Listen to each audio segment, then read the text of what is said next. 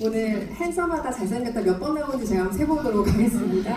오늘 오신 관객 여러분들께 인사 한 말씀씩 해주시고 저희 본격적으로 시작하도록 하겠습니다.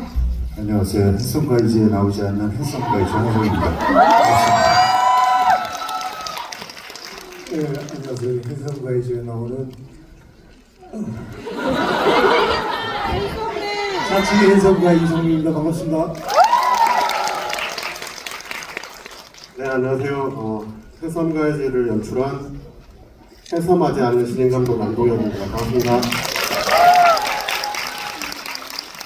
핸섬으로 통일된 어떤 어감들로 소개를 해주셨는데요. 일단 정우성 배우님 같은 경우는 이미 언론시사에서 한번 성함이 되셨어요. 혹시 알고 계셨는지 궁금한데 남동현 감독님이 그런 얘기를 언론시사에 하셨던 걸로 제가 기억을 합니다. 이성민, 이희준 씨가 못생기진 않으셨지만 그렇다고 정우성도 혁빈도 강동원도 아니다 라고 아주 단호한 언급을 해주셨기에 이미 핸섬가이즈와 인연이 어느 정도 있으셨던 분으로서 오늘 소환이 되신 것이고요.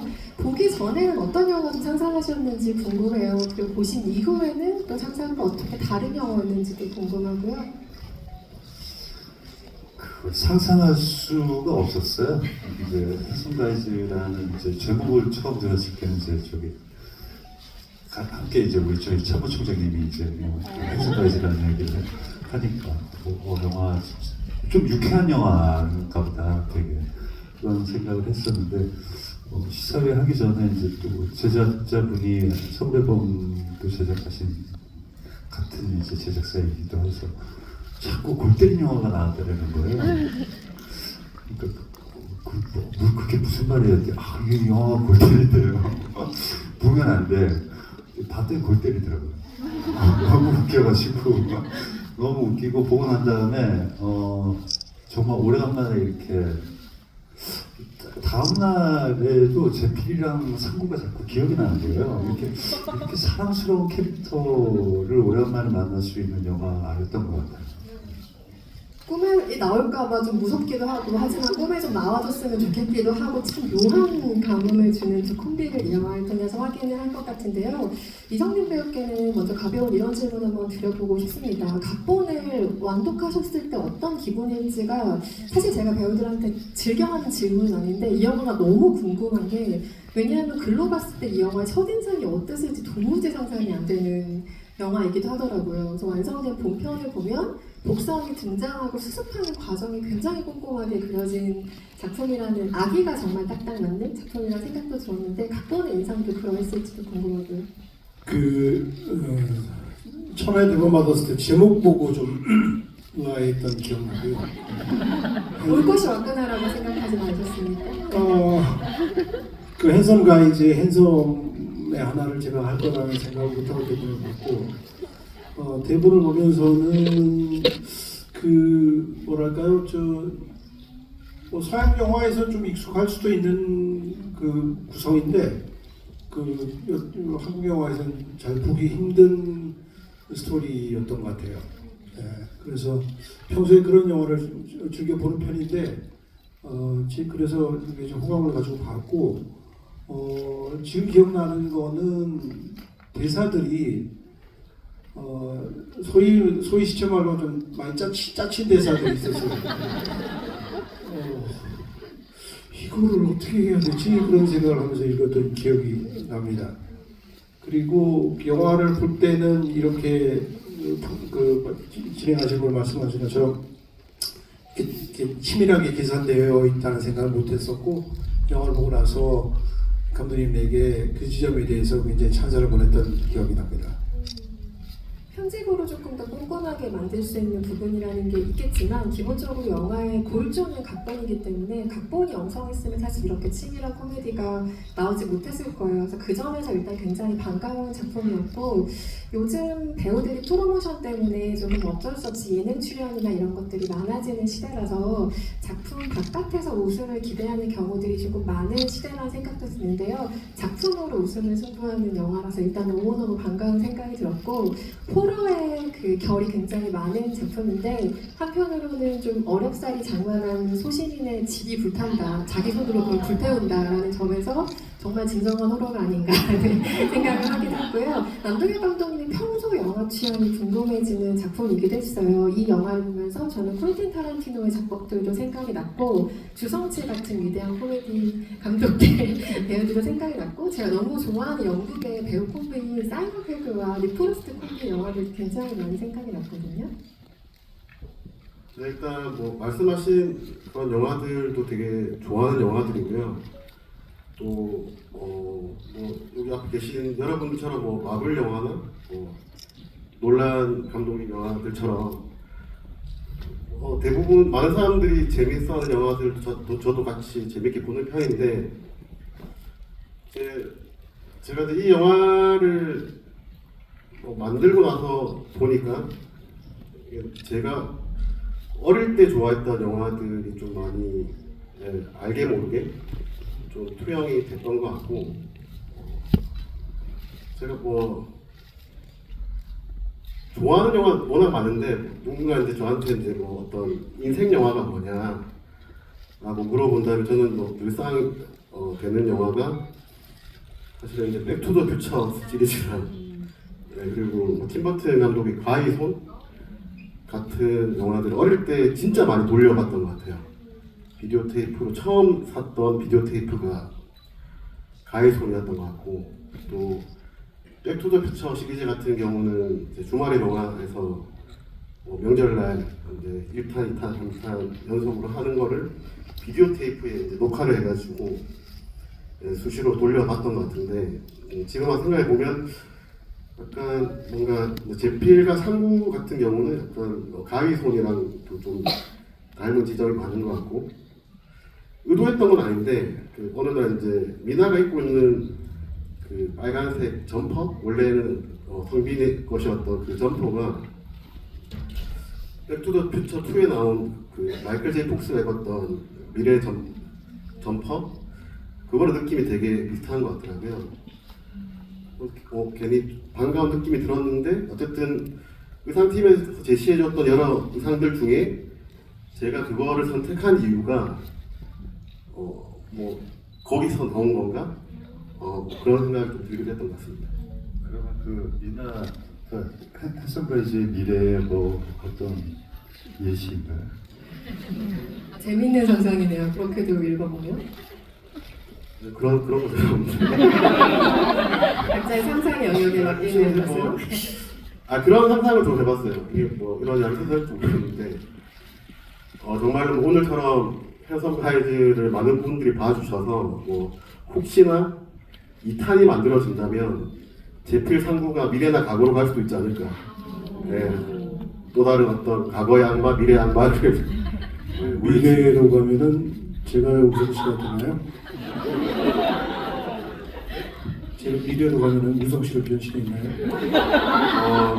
과학으로 그렇게 원하시면 제가 한번 반영해 보겠습니다. 합성의 힘으로? 일단 출연하셔야 되니까 일단 반반 합성으로? 의견 던져주시면 제가 다 넣어보도록 하겠습니다. 외모 변형에 대한 질문은 좀 난감해하시는 것 같아서 빠르게 넘어가 보도록 하겠습니다. 그리고 뭐 미남의 기준이라는 것이 사실 시대별로 조금 다르기 때문에 진짜 과거나 미래로 이 콤비가 간다면 또 어떤 그 미의 기준에 맞닥뜨릴 것인가가 지금 문득 궁금해지기도 하고요. 감독님 마이크 잡으신 김 하나만 더 여쭤보면 초반 흐름의 편집에서 고심하신 점이 가장 좀 방점으로 고심하신 점이 무엇일지 궁금한 게 이 영화는 저는 본격적으로 발동이 걸리느냐 안 걸리냐 영화인 것 같거든요. 거기에 일단 한번 올라타면 정말 롤러코스터처럼 신나는 영화가 될 것이고 거기서 발동이 걸리지 않으면 끝까지 이게 나랑 맞는 웃음 코드일까를 조금 고민하게 되는 어떤 지점들도 있을 수 있을 거라고 생각해요. 관객들의 기본 성향을 다 고려해야 하다 보면 초반의 흐름에 이건 중요하다. 여기서 웃음의 발동을 좀 걸려야 한다. 라고 고심하셨던 지점이 있는지도 궁금했습니다. 일단 초반 전개에서 이제 고민했던 부분은 크게 두 가지인 것 같은데요. 일단 이성민 선배님도 이제 여러 인터뷰에서 말씀하셨던 것 같은데 이제 사실 이 제필 상구 두 캐릭터를 어떻게 좀 범죄자처럼 어필시키느냐. 사실 이제 뭐 저도 다른 인터뷰에서 말씀드렸지만 이제 일단은 기본적으로 이 코미디 연기는 연기를 엄청 잘하는 배우가 해야 설득력을 가진다라고 생각을 했고 그래서 이성민, 이준 배우님들한테 제안을 드리게 됐던 것 같은데 근데 그럼에도 사실 두 분 이미지가 워낙 호감형이시기도 해서 또 어떻게든 이제 두 분이 어떻게든 그 제필 상구에 맞는 역할들을 만들어 오실 거라고 믿고 있었지만 선배님도 고민을 되게 많이 하셨던 걸로 알고 있고 저도 저대로 뭘 어떻게 뭐 좀 할 수 있을까라는 고민을 했을 때 일단은 이제 배우분들이랑 촬영할 때는 같이 상의를 해가면서 제필 상구 캐릭터를 이렇게 만들어서 찍었던 것 같고요. 편집을 할 때 조금 더 편집적으로 어필할 수 있는 방법이 없을까라고 고민해서 만들어지게 된 게 원래 이제 시나리오에는 없었는데 편집 때 만들어진 게 이제 오프닝 뉴스 장면이거든요. 예, 그 뉴스 장면에서 좀 이미 이제 제필과 상구가 뭔가 범죄 용의자로 낙인이 찍혀 있는 그런 뉴스로 시작한다면 관객들이 이 영화를 볼 때 좀 이 둘을 악당으로 느끼면서 보게 되지 않을까 그런 판단을 하게 됐던 것 같고 모르겠습니다. 그게 지금 얼마나 이제 다른 관객분들이 좀 그렇게 받아들여지셨는지 뭐 제가 지금 확신할 수는 없는 것 같은데 조금이라도 도움이 되지 않았을까라고 생각을 하고 있고요. 그리고 웃음 포인트는 사실 이제 그 초반 또 오프닝 장면이 영화 한 초반 한 20분 정도쯤에 나오는 과거 구마 장면이 사실 오프닝으로 계획이 돼 있었거든요. 시나리오 상태. 근데 이제 편집도 1차 편집은 과거 구마 장면부터 시작하는 걸로 1차 편집 완료가 됐었는데 이게 이제 편집에서 보니까 너무 받아들이기가 힘든 장면이 예, 처음부터 그 특별 출연해 주신 이모니 선배님이 사망하시고 메롱을 하는 게 제가 봐도 받아들이기 힘들겠다. 이게 이제 텍스트일 때는 이제 글이니까 뭐 좀 재밌겠다 하고 넘어가졌던 것 같은데 만들어 놓고 보니까 너무 센 거죠 받아들이기가. 그래서 일단은 뉴스를 만들기 전에 그 장면을 어떻게 해야 되나에 대해서 뭐 저희 제작사 분들과 또 편집 기사님과 뭐 여러분들 같이 만들어 가시는 분들과 상의를 한 결과 이 펜션에서 성빈과 미나가 옛날 이야기를 할 때 들어가는 게 좀 자연스럽겠다. 타이밍상으로 그게 좋겠다. 라고 결정이 돼서 이제 편집으로 또 후시로 이제 ADR로 대사도 더 추가로 만들어서 지금의 자리로 오게 된 거고요. 결과적으로 더 어떤 그 씬도 더 재미를 얻게 되는 그런 결과를 얻게 된 게 아닌가 싶고, 물론 이제 마음을 열고 보시는 분들 같은 경우에는 처음부터 뭐 마트 씬부터 재밌게 봐주시긴 하는데, 대체로 우리 영화가 어떤 영화구나라는 게 딱 드러나는 순간이 그 이모니 선배님의 등장 장면부터지 않을까. 등장이라기보다 등퇴장이라고 해야 맞을 것 같은. 네, 등장과 동시에 3컷 만에 같이 하시는 그리고 이제 이어진 바로 그 박경혜 배우의 메롱. 팬섬까지 이런 영화구나 그때부터 느끼시게 되는 걸로 파악이 되고 있는데요. 그래서 그 전까지는 어떤 빌드업 시간들, 캐릭터들을 좀 소개하는 시간들이었다가 갑자기 훅 그 장면들이 들어오면서 점차 이제 우리 영화를 확실하게 인지하시고 보시게 되는 타이밍이 아닌가 생각하고 있습니다. 편집의 흐름에서도 이걸 어떻게 만들고 붙이느냐에 따라서 영화의 결이 완전히 달라지기 때문에 끝까지 작업자들이 놓을 수 없는 과정이 편집이기도 하죠. 굉장히 공들인 편집이었다는 생각이 들었습니다. 성공적인 편집이었다고 생각합니다. 일본 관객이 들었어요. 감사합니다. 그 뉴스 클립은 감독님이 일본 관객분들이 어느 정도 효과적으로 받아들일지 모르시겠다라고 얘기하셨는데 굉장히 효과적으로 받아들이실 것 같고요. 그 첫 등장의 이 몽타주가요 굉장히 궁금해요. 사실은 그 몽타주가 뜰 때부터 이 영화가 이런 영화야? 라고 저는 느꼈거든요. 그리고 사실은 이제 뭐 모든 영화들이 이제 후반 작업을 하면서 편집 과정에서 이제 순서를 바꾸기도 하고 그러면서 그 과정 속에서 또 많은 타협이 들어가기도 해요. 근데 이 영화는 그냥 순서가 바뀌었을 뿐이지 어떤 타협도 없는 굉장히 용기 있는 영화라고 저는 느꼈거든요. 그래서 이 영화가 갖고 있는 게 사실 영화의 재미를 떠나서 함께 영화라는 일을 하는 업에 있는 종사하는 사람으로서 이 영화가 갖고 있는 이 용기, 그리고 그 배우와 감독 간의 그 서로에 대한 신뢰와 믿음, 그러니까 그것이 모든 씬에 다 이렇게 녹아되어 있거든요. 그리고 정말 뻔뻔하고 그러니까 확신에 찬 어떤 그런 코미디적인 그 확신, 웃음에 대한 확신을 갖고 있구나. 근데 이 뻔뻔함이라는 게 그냥 뭐 잘난 척하거나 이렇게 남을 무시하는 게 아니라 우리가 선택한 길은 이거야. 여기에 대한 확신을 가지고 이 코드로 우리는 웃겨야 되고 웃길 수 있어라는 서로에 대한 어떤 그 합의가 이 영화의 완성도를 엄청나게 높이고 있다고 저는 생각했거든요. 맞아요. 완벽하게 공감하는 편이고요. 안 그래도 이거는 관객 여러분들도 너무 반가운 영화겠지만 영화 산업 안에 있는 사람들이 굉장히 반가워할 만한 작품이다. 특히 배우들이 정말 반가워하는 작품이지 않았을까라는 생각이 든 게 한국에서 흔히 시도되지 않는 아주 신선한 영화라는 데는 모두 동의가 좀 있을 것 같고요. 배우 입장에서는 정말 좀 신나게 놀아볼 수 있겠다라는 판이지 않았을까. 그래서 그런 반가움과는 별개로 또 나름의 결심이 필요한 작업이었을 것 같기도 해요. 왜냐하면 코미디의 호흡이라는 것이 이게 내가 생각하는 호흡과 관객의 호흡이 맞아떨어지지 않으면 그것처럼 배우에게 두려운 순간이 없을 것 같기도 하거든요. 그래서 그 선택과 관련해서 정우성 배우님이 많은 생각들 하셨을 것 같아요. 이성민 배우가 이런 캐릭터 선택하기까지 어떤 고심의 과정이 있었을까? 나라면 어땠을까? 이런 공감을 좀 바탕으로 하면서 보시지 않았을까 싶은데요.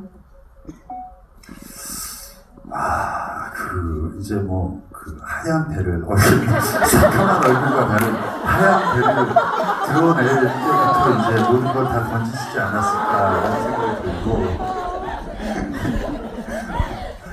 사실 웃음의 코드 안에 가질 수 있는 자신감은 제필이의 본심이라고 생각해요. 제필처럼 이렇게 세상 정의롭고 올바른 마음을 갖고 있는 사람이 있을까? 만약에 제필처럼 그렇게 야 이거 굉장히 중요한 것 같고 이게 소중한 것 같은데 빨리 부동산 사장한테 연락해서 주인한테 돌려주자. 이런 만약에 그러면 이제 옆에 있는 상구가 현실에서 같으면은 미쳤어 형? 이러겠죠. 근데 또 이제 그 옆에 있는 상구가 아주 라인을 잘 타요 둘이. 그래서 이렇게 어떻게 보면 영화가 갖고 있는 뭐 고어한 부분도 있잖아요. 근데 그것도 이제 너무 관객들이 받아들이기에 지나치게 뭐 이렇게 좀 역반응을 날 수 있을 정도. 감독님은 굉장히 여기에서 이제 관객들에 대한 배려는 이런 부분에서 있었다고 생각하고, 그 배우로서 그런 제필이 갖고 있는 천성이 아마 연기하실 때 큰 무기가 되지 않았을까라는 그냥 그런 생각을 했어요. 어떠셨는지요? 뭐 그렇게까지 생각하는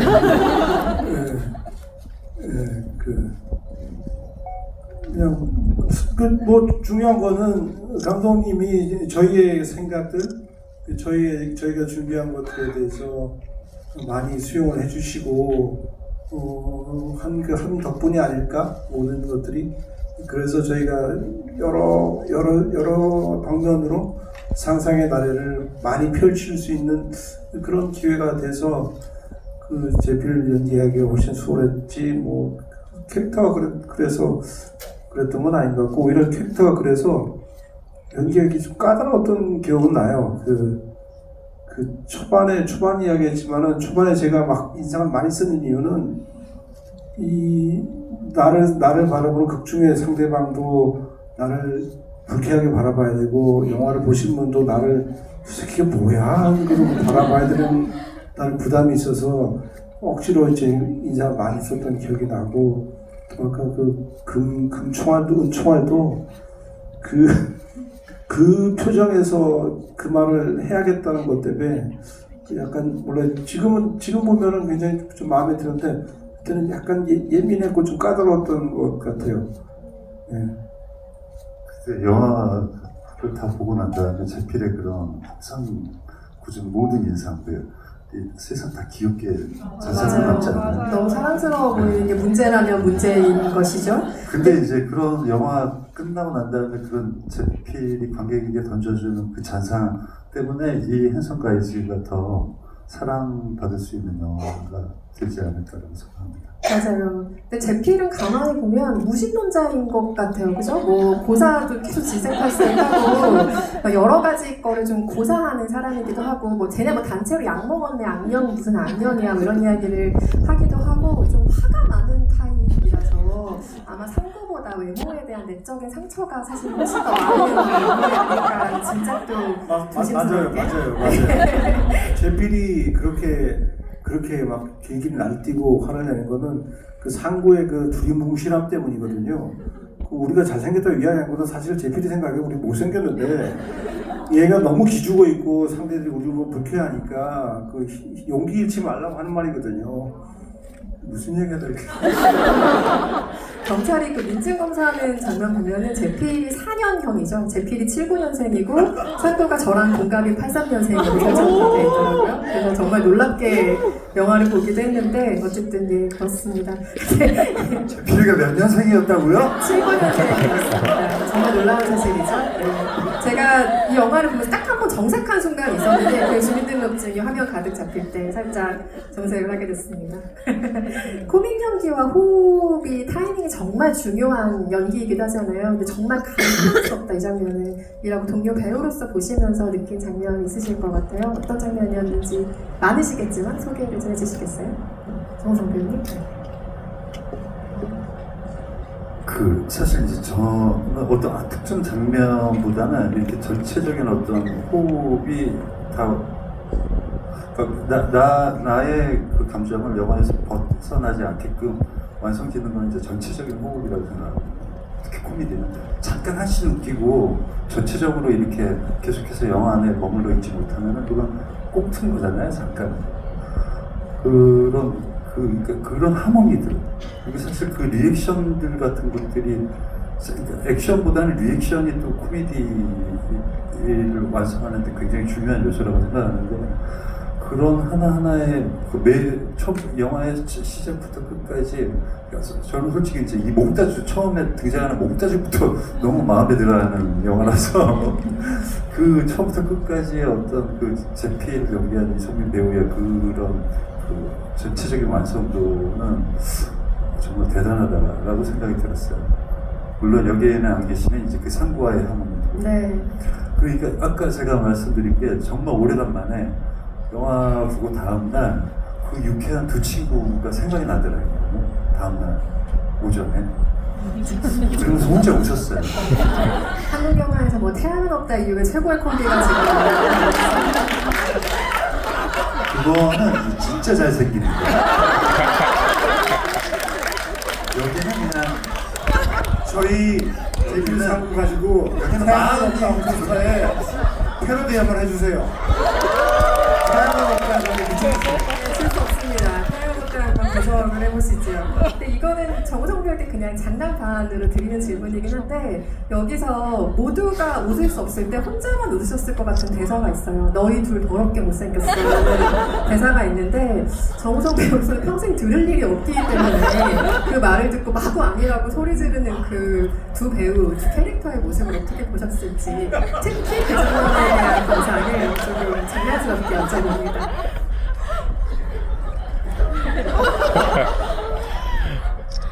안쓰러워.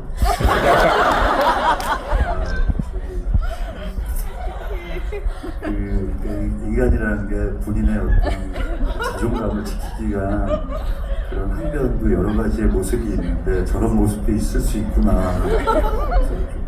감명 깊게 봤습니다. 배우들에게 왜 촬영하면서 가장 힘들었던 순간, 뭐 어려웠던 순간을 많이 물어보잖아요. 근데 저는 반대로 항상 가장 행복했던 순간을 여쭤보고 싶거든요. 영화를 다른 사람에게 행복을 전달하기 위해서 만드는 사람들이 불행하면서 영화를 찍는 장면을 상상하고 싶지가 않아서 그런 것 같아요. 이 선배님이 영화를 찍으면서 가장 만족스러운 기분으로 촬영을 마치신 장면이 무엇이었는지 궁금해요. 몰라요. 그렇게 촬영장에서 본 적이 별로 없긴 한데 그 현장에서 가장 많이 웃었던 씬은 우연 선배님의 그 영어 씬이에요. 하여튼 웃어서 NG를 많이 냈어요.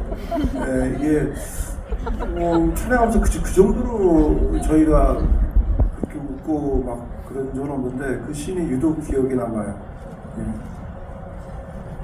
그렇죠. 이게 서울에 보면서 김은성 배우의 그 영어 연기 이후에 혜성가이즈의 우연 선배의 이 영어 연기는 정말 헐리우드이 보고 감탄하지 않을까 싶습니다.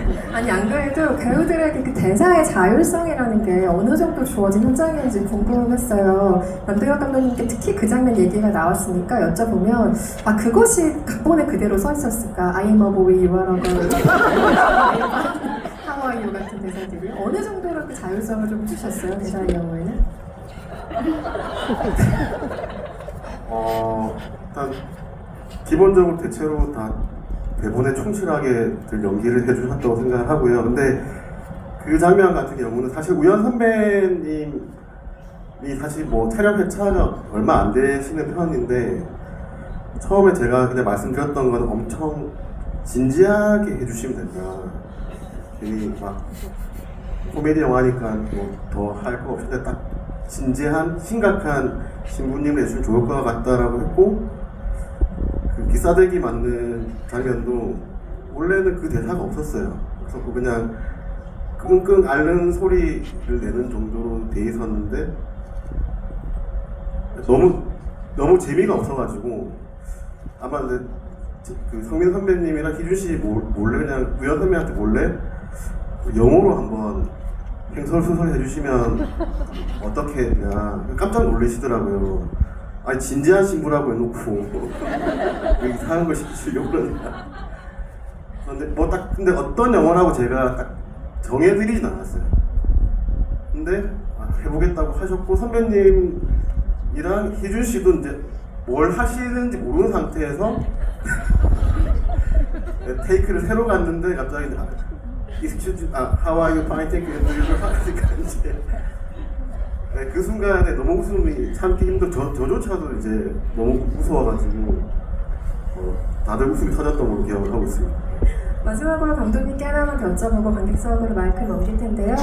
모든 감독이 현장에서 늘 확신에 찬 연출을 선보이면 좋겠지만 사실상 그건 좀 어려운 일인 것 같아요. 오히려 그때 마음을 좀 열어두고 자기의 두려움도 고백을 하고 이걸 어떻게 잘 만들어 갈 수 있을까 협업을 해가는 과정은 사실은 영화라는 과정인 것 같은데 신인 감독이라고 긴장이 더하고 뭐 기존에 경력이 많은 감독이라고 해서 덜한 것은 아니지만 그래도 신인 감독, 첫 연출작이라는 부담은 항상 가장 크게 지고 있는 것이기도 하거든요.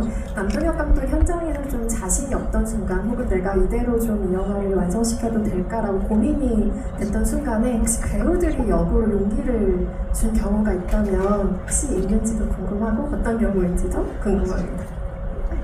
없다고 절레절레 하시는데 네, 사실 이제 아무래도 제가 뭐 처음이고 저도 이제 이 결과물의 어떤 막연한 이 영화에 대한 어떤 저만의 어떤 막연한 이미지는 갖고 있었지만 이게 어떻게 구현될 수 있을지 확신하기 힘든 상태에서 배우분들과 스태프분들의 어떤 도움을 받아가면서 이제 영화를 만들어갔던 것 같은데 제가 지금 기억나는 거는 한 5회차 정도 지났을 때 이성민 선배님이랑 이제 숙소에서 그때 한창 코로나 시즌이어가지고 촬영 때가 저희가 뭐 밖에서 뭐 먹거나 하기 힘든 시국이어서 주로 숙소에서 같이 뭐 맥주를 마시거나 선배님 술 안 드시니까 뭘 사와서 같이 먹는다거나 그런 시간을 많이 가졌었는데 갑자기 이런저런 이야기를 하시다가 선배님이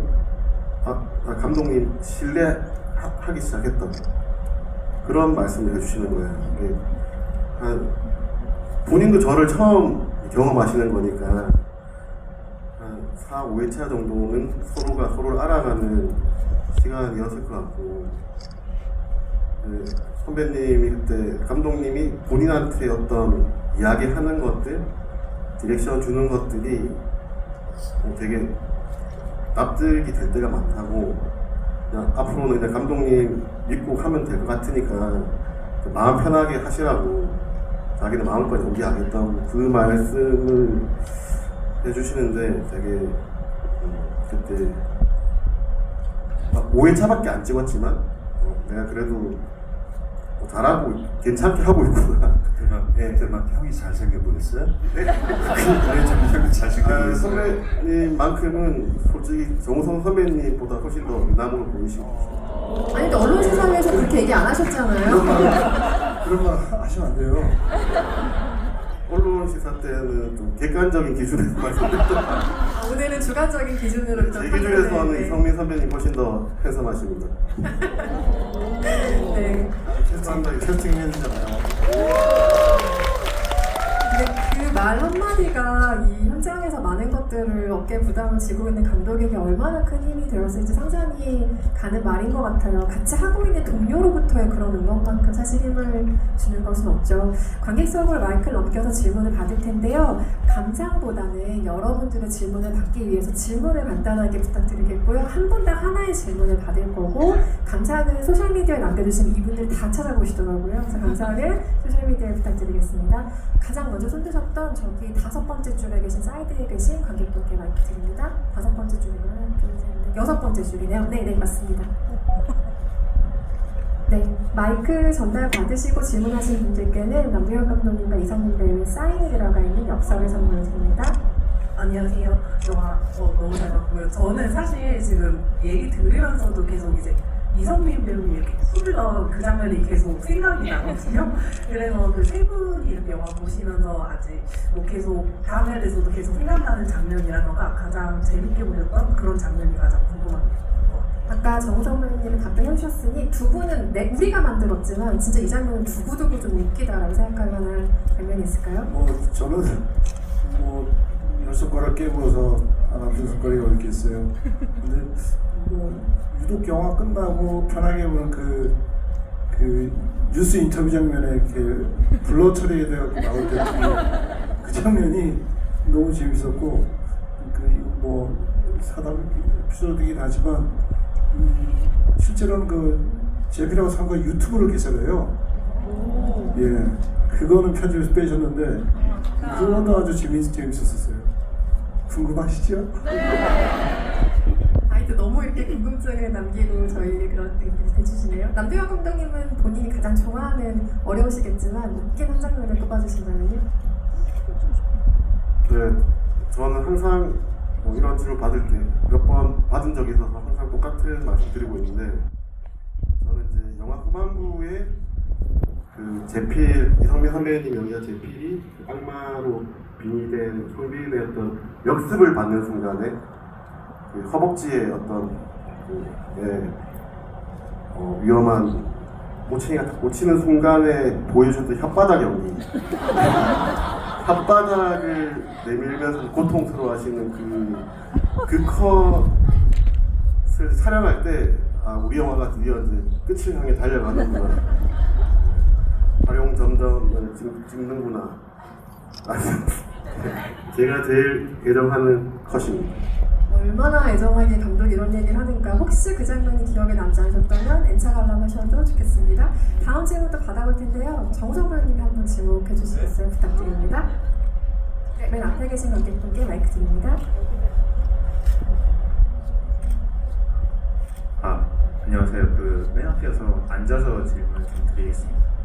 감독님께 질문 드리고 싶은데, 제가 원작을 봤을 때는 터커가 벌에서 쫓길 때는 좀 코믹하진 않고 호러 느낌의 장면이었었는데, 이 작품에서는 이성민 배우님이 연기하신 제필이 벌에 쫓길 때는 이성민 배우님의 옹알이 연기와 자막 캐리가 너무 웃겨가지고 저는 그 장면이 제일 재밌게 봤는데, 이렇게 혹시 원작이 있는 영화는 스토리를 좀 따라가면서 원작과는 좀 다르게 차별성을 두는 경향이 있는데, 혹시 감독님께서 원작과는 다른 차별성을 두기 위해서 준비하신 요소나 혹은 장면이 있는지 궁금합니다.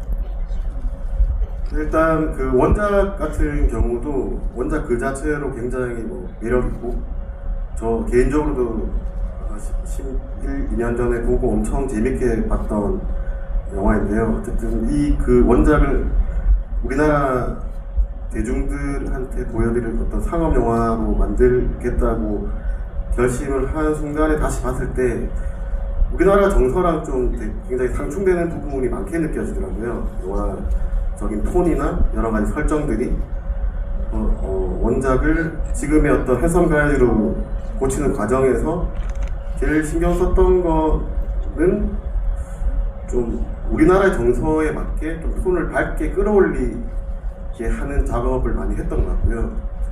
또 조금 더 상업적으로 조금 더 오락적인 요소가 더 가미될 수 있는 건 없을까라고 고민하던 중에 그 숲속 산장이라는 공간 자체가 뭔가 미국 영화에서 슬래셔의 어떤 살인 사건이 일어나는 공간으로도 많이 활용이 되기도 하지만 악령이 깃들어 있는 그런 공간으로도 활용이 되는 부분들을 좀 착안해서 이 제필과 상구가 산 집에 악령까지 공인됐던 악령까지 풀려 나오면 훨씬 더 재밌어지겠다, 그런 구상을 하게 됐던 것 같습니다.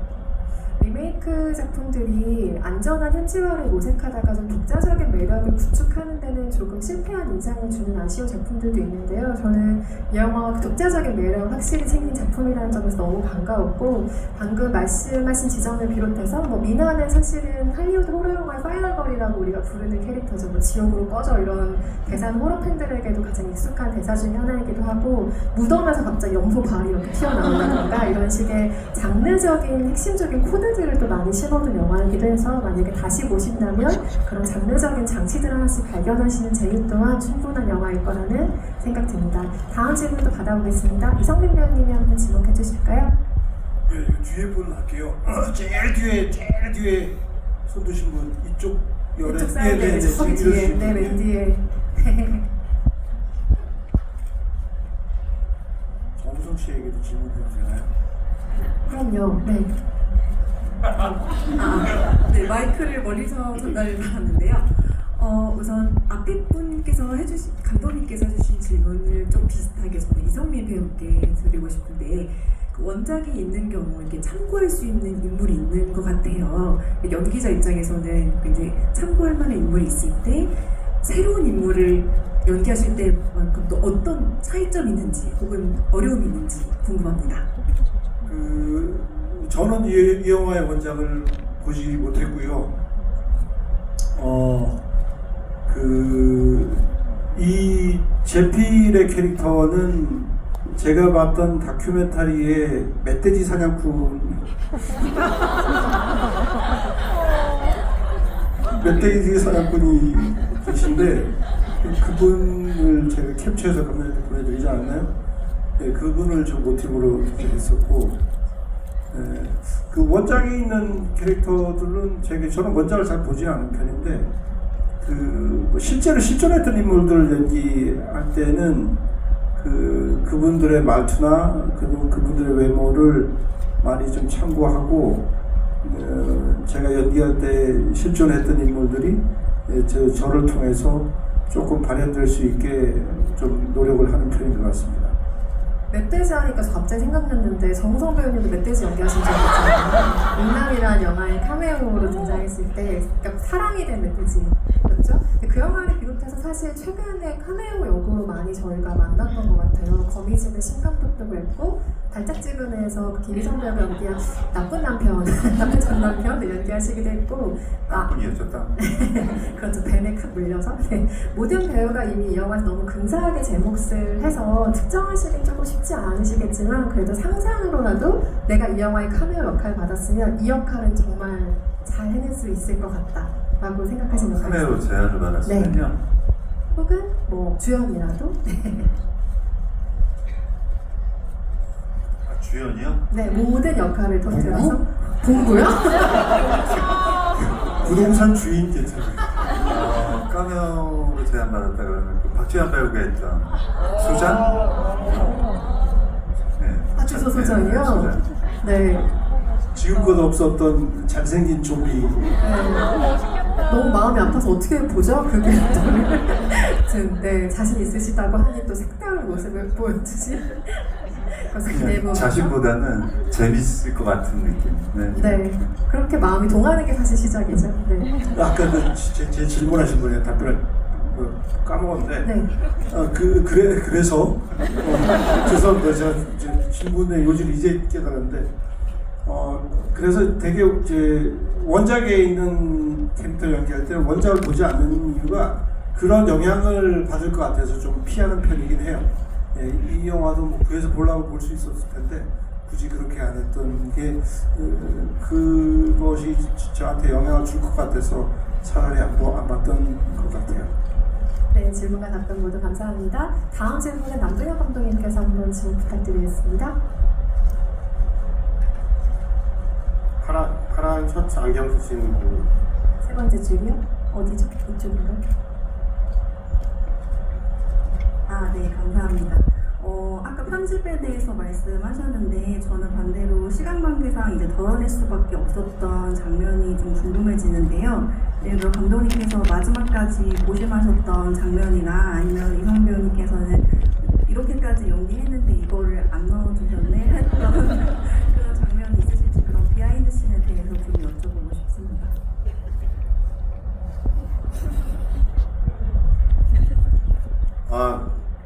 저한테 하나, 선배님한테 하나 하신 거죠. 네, 사실 아까 말씀드렸던 부마신의 어떤 위치를 조정하면서 오프닝에 빠지게 됐고 오프닝에 이제 뉴스로 대체를 한 게 가장 저희 편집에서 큰 공사라면 공사였고요. 그 외에는 저희는 정말 알차게 촬영을 했기 때문에 그렇게 삭제된 장면이 그렇게 많지는 않은 것 같고요. 그냥 씬 내에서 조금씩 덜어내는 정도 말을 줄이는 정도 작업인 것 같은데 지금 생각나는 게 이제 사실 이제 제일 아까운 장면 생각났어요. 어떤 장면이냐면 제필이 이제 악령이 들어간 채소장 박지환 씨가 부활한 이후에 이제 혼자서 독백을 하시잖아요. 자신 어떤 목숨을 내던지시겠다는 결의를 다지실 때 상고를 향해서 그때 들어가는 과거 회상 장면이 있어요. 네, 그 순간에 이제 집 매물이 처음 인터넷에 뜬 거를 보고 둘이 너무 행복해서 얼싸 껴안고 이제 하하하하 네, 너무 마음이 아파요. 네, 평소한 마당 한가운데에서 너무 행복해하는 그 장면을 회상하면서 막 과거를 회상하면서 극중 제필이 막 울면서 그 대사를 하시는 걸로 설계가 됐었는데 다 넣어보니까 너무 호흡이 길어지고 좀 과해지는 것 같아서 아쉽지만 저희가 이제 200만이 넘으면 공개하는 걸로 하겠습니다. 네, 해봐드릴게요. 고맙죠. 저는 뭐 아쉬운 거 없고요. 알뜰하게 다 써주셨고 유튜브 장면은 좀 그 역시 네. 재밌었거든요 찍을 때. 추후에 공개된 어떤 날을 한번 기다려볼게요. 이쪽에 마이크를 한 번도 안 드렸죠. 이쪽 사이드에 계신 관객분들께 마이크 드릴게요. 저쪽 뒤에서 이렇게 손을 들고 계시는 관객분, 네, 지금 뒤돌아보신 관객분 마이크 전달 부탁드립니다. 네.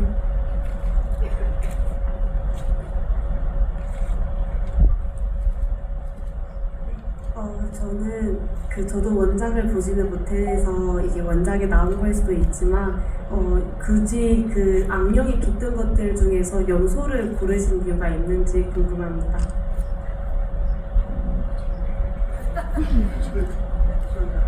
네.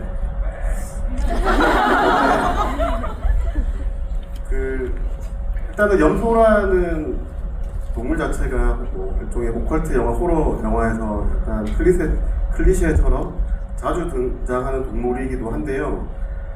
좀 그런 클리셰를 뭐 처음에는 피해볼까라는 생각이 우리나라 뭐 야생에서 자주 발견되는 뭐 고라니라든지 토끼라든지 곰이라든 다양한 동물들을 좀 떠올려 보기도 했는데 좀 영화 자체가 굉장히 좀 특색 있고 뭐 좀 일반적인 영화랑 다른 결의 영화이기 때문에 그런 어떤 작은 요소들까지 너무 특이한 걸로 가버리면 오히려 영화가 더 너무 나가게 될 것 같다라는 생각이 들어서 조금 클리셰더라도 우리 영화에서 좀 잘 활용하면 충분히 괜찮을 수 있지 않을까라는 생각에 호러 영화에서 자주, 오컬트 영화에서 자주 사용되는 어떤 익숙한 염소라는 동물을 정해서 사용하게 된 것 같습니다. 맞아요. 콜트 영화에서 많이 등장하는 동물이긴 한데 속된 말로 이 영화가 가장 알차게 써먹은 것 같다는 생각이 들기도 합니다. 네, 다음 질문도 받아볼게요. 이쪽 중앙열에 네 저쪽에 이렇게 손 이렇게 흔들고 계신 중앙열 쪽에 네 검은 옷 입으신 관객분 네. 안녕하세요. 제가 이 영화 너무 재밌게 봐서 5차 찍고 있거든요. 네, 1차 때부터 빵 터져서 지금까지 오열하는 장면이 그 박지한 배우님 좀비 스텝아니에요. 그건데 그게 어디서 배우신 건지 아니면 본인이 알아서 그렇게 하신 건지 그게 너무 궁금해요.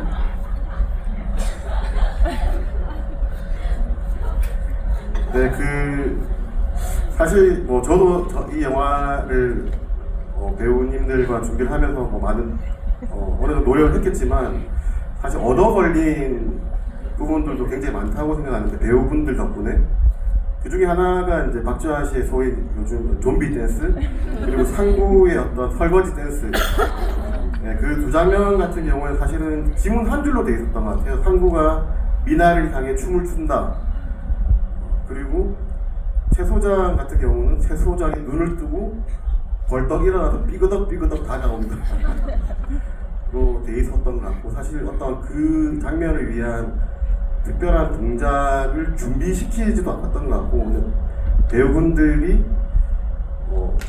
배우분들한테 삘에 맡기려고 했던 것 같은데 일단은 제가 되게 득받았다고 생각드는 게 배우분들이 일단 사실은 이 시나리오 자체가 본인들이 애정이 있어야 출연을 할 수 있는 시나리오라고 생각 더욱더 좀 다른 영화들과 다르니까 본인들이 두세 가지 버전을 직접 다 준비를 해오셨던 것 같아요.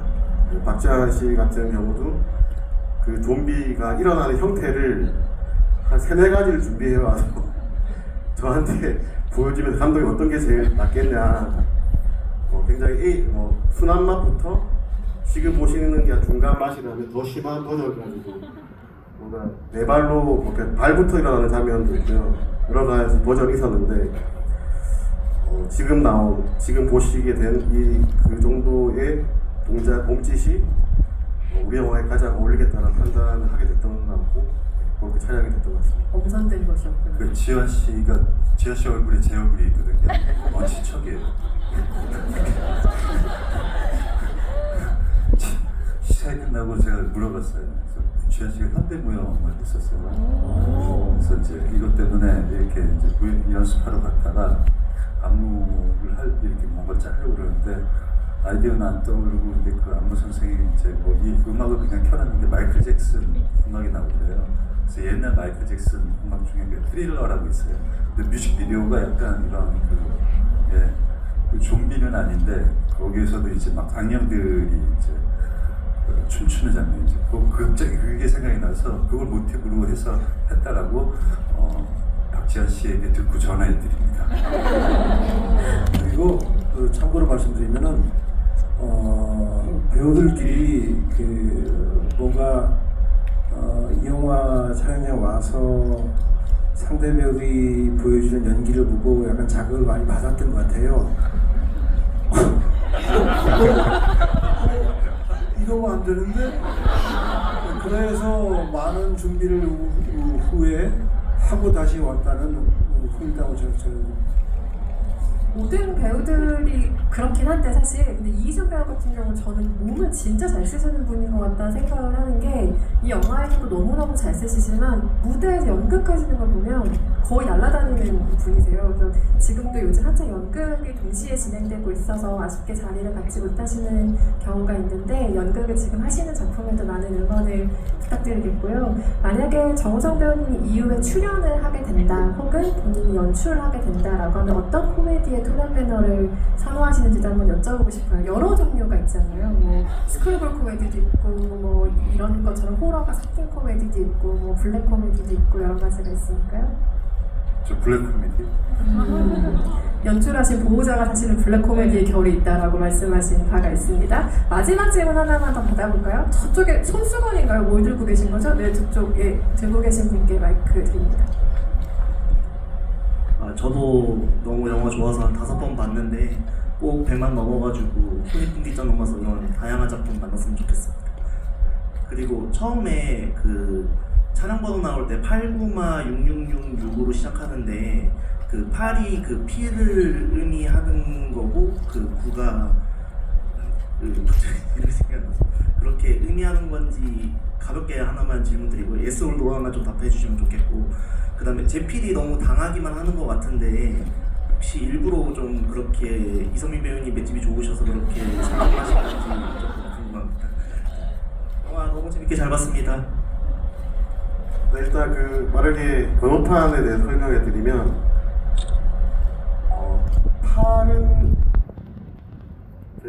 팔은 사실 특별한 의미는 없고, 팔은 아마 화물 트럭에 팔이 들어가는 경우가 많다고 해서 팔로 됐고, 구마는 생각하실 그 구마가 맞아요. 구마 666. 사실은 666은 어떤 소위 악마의 어떤 상징 같은 번호고, 그 악마를 구마하는 어떤 그런 사람들이 탄 트럭인데, 사실은 그냥 얼핏 봤을 때는 666이 메인에 부각돼서 보이기 때문에 왠지 그냥 악마들이 타고 있는 듯한 느낌이지만, 사실은 그 악마를 구마를 하게 되는 존재들이라는 의미가 숨어 있었던 건 사실입니다. 그리고 이성민 배우님 맷집이 특별히 좋으셔서 자꾸 당하는 것이냐라는 질문 때리셨죠? 애초에 시나리오에 그렇게 그렇게 다 돼 있었고요. 선배님이 뭐 그런 본인이 뭐 벌에 쏘이고 물에 빠지고 하시는 거를 알고 출연하셨기 때문에 합의된 것이다. 네, 제가 일부러 그렇게 힘들게 해드리지는 않았던 것 같고, 아까 이제 그 기자님이 말씀하셨을 때 희준 씨가 몸을 잘 쓰신다고 하셨는데, 실제로 희준 씨도 엄청 몸을 잘 쓰시지만 제가 저희 현장에서 느꼈을 때는 이성민 선배님이 훨씬 더 유연하시고 훨씬 더 날렵하시다고 생각합니다. 이 자리에 계신 분이기에 제가 또 없는 분을 또 칭찬했더니 이렇게 또 주거니 받거니가 희준 씨가 있어서 제가 그렇게 말씀드렸어요. 이 말은 제가 이준 씨에게 꼭 전해드리도록 진짜 몸을 잘 쓰세요. 네, 농담이고요. 뭐 워낙 극단 차이브 때부터 두 분이 뭐 연극 무대에서부터 펄펄 날아다니던 배우들이란 사실은 저희가 너무 잘 알고 있으니까요. 네, 질문과 답변 모두 감사합니다. 더 끝도 없이 이야기를 나누고 싶은 영화죠. 밤새 막 떠들고 싶고 막 웃으면서 얘기 나누고 싶은 작품인데, 시간 관계상 오늘 마무리를 해야 될 것 같고요. 정호상 배우님부터 오늘 관객 여러분과 함께 해주신 소감 한 말씀씩 부탁드리겠습니다. 네, 이렇게 유쾌한 영화에 함께 이렇게 GVC가 갖게 돼서 굉장히 기쁘고요. 이렇게 극장을 찾아주신 그리고 해석가이즈를 사랑해주신 관객 여러분 반갑고 감사합니다. 아까 7번, 5번 보신다고 말씀하셨는데 너무 감사합니다. 그리고 특히 또 오늘 이 자리 빈자리 없이 채워주셔서 너무 고맙고, 저희 영화 더 잘 될 수 있도록 주변에 많은 성원 부탁드리고, 특히 오늘 이 자리에 참석해서 관객과의 대화에 핸섬한 모습을 보여주신 정우성 씨, 지금도 그 표정이 생각나요. 그 영화 시사를 마치고 그 퇴장하는 길에 로비에서 저랑 맞닥뜨렸을 때 그 밝은 표정으로 너무 재밌다 그래가지고 그렇게 착한 히어로 영화라 그랬던 것 같아요. 그 찬사를 잊지를 못하고 있습니다. 오늘 참석해 주셔서 빛내주셔서 너무 감사드립니다. 여러분 안전하게 들어가세요. 감사합니다.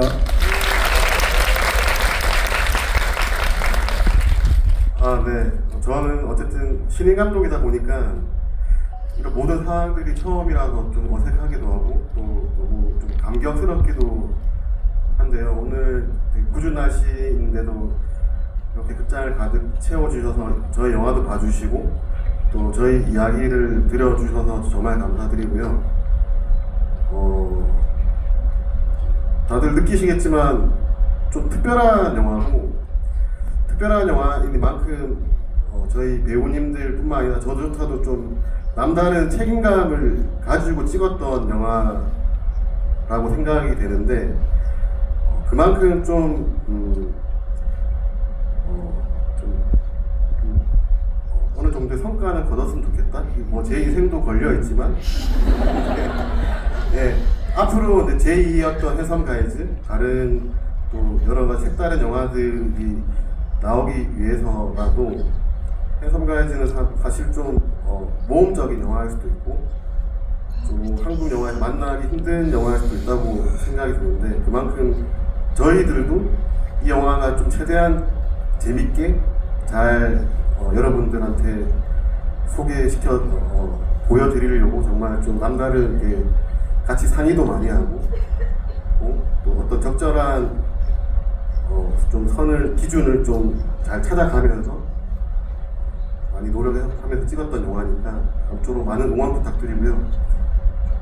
사실 오늘 정 선배님 저랑은 이제 시사할 때 잠깐 뒤풀이 자리에서 스치듯이 이제 인사 한번 드리고 그때도 뭔가 저를 알아보시고 뭔가 좀 대견하다는 눈빛을 네, 말 없이 보내주셔서 되게 그 이야기를 나한테 몇 번이나 했어요. 네, 오늘 제대로 뵙는 건 2번째인데 여러분들과 마찬가지로 저도 너무 이런 자리를 가지게 돼서 너무 설레고 또 너무 감사드린다고 전하고 싶습니다.